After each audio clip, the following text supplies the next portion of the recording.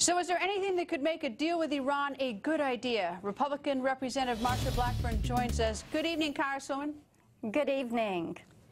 Your thoughts? The deadline approaches, I guess, 6 p.m. tomorrow night, if my math is correct, Eastern time, with this deal. And it looks like, 50-50 is what we're hearing. But your thoughts on any potential deal? I think that one of the things that we have to realize is you have to have Iran fully dismantle their uranium enrichment capabilities, and you can't put a sunset in there, which would allow them a date certain. You know, we hear all the time from terrorist groups, you've got the watches, we've got the times. The other thing is these 6,000 centrifuges, and the New York Times talked about this. You cannot allow them to keep this. Anything that helps them move toward a time where they're going to have a nuclear weapon is unacceptable. And there is bipartisan opposition to this. I agree with Senator Menendez. It sounds like the administration's talking points are straight out of Tehran. All right, let's assume that the president, he thinks about this differently than you. He lets Iran keep the uranium there diluted. And he lets them have 6,000 centrifuges. He goes to the UN and says to the UN, since it's P5+1, lift the sanctions. I can't get Congress to lift its sanctions, but if the rest of the world lifts its sanctions, in effect, they have diluted the U.S. sanctions. Now where are we?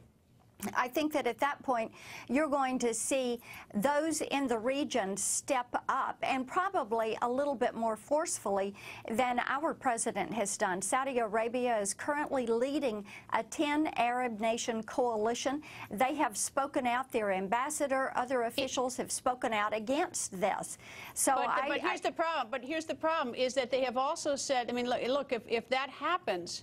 If Iran has a nuclear weapon, or is close to, has a capability, has a breakout time that's very soon, is all of a sudden Saudi Arabia is going to want a nuclear weapon. I mean, that's the whole thing, is whether it will ignite a nuclear arms race. But I mean, that's the fear. That is the fear, because you have Saudi Arabia saying that would be unacceptable. Look at Israel and the comments that they have made, that Netanyahu has made. They're not going to sit there and not be prepared for this and not have Iran have full transparency. And Iran doesn't want the IAEA to come in. They have some of these weapons facilities buried into these mountains. They're thousands of feet under the top of those mountains, and they're very difficult to find. All right, Dan, I think you're talking specifically about the Fordo one, which they hid for the longest time, and which we've discovered. All right, bipartisan. I mean, are Democrats want to vote on this? Because the president has said that he can go alone. I mean, what's the view of Democrats on Capitol Hill? Can he do this alone without getting the green light from the Hill? I don't think he can do it alone, and the president has had a tendency to move his lines around, even when he was advised against it.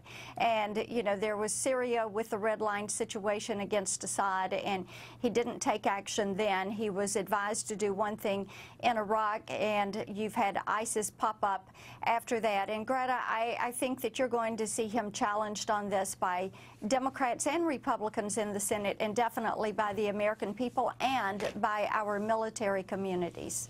As an aside, I think it's a treaty, and I think Article 2, Section 2, Clause 2 says he has to get 2/3 ratification from the U.S. Senate, but that's just how I read this. But anyway, Congresswoman, that's right. Thank you. Thank you. Thanks.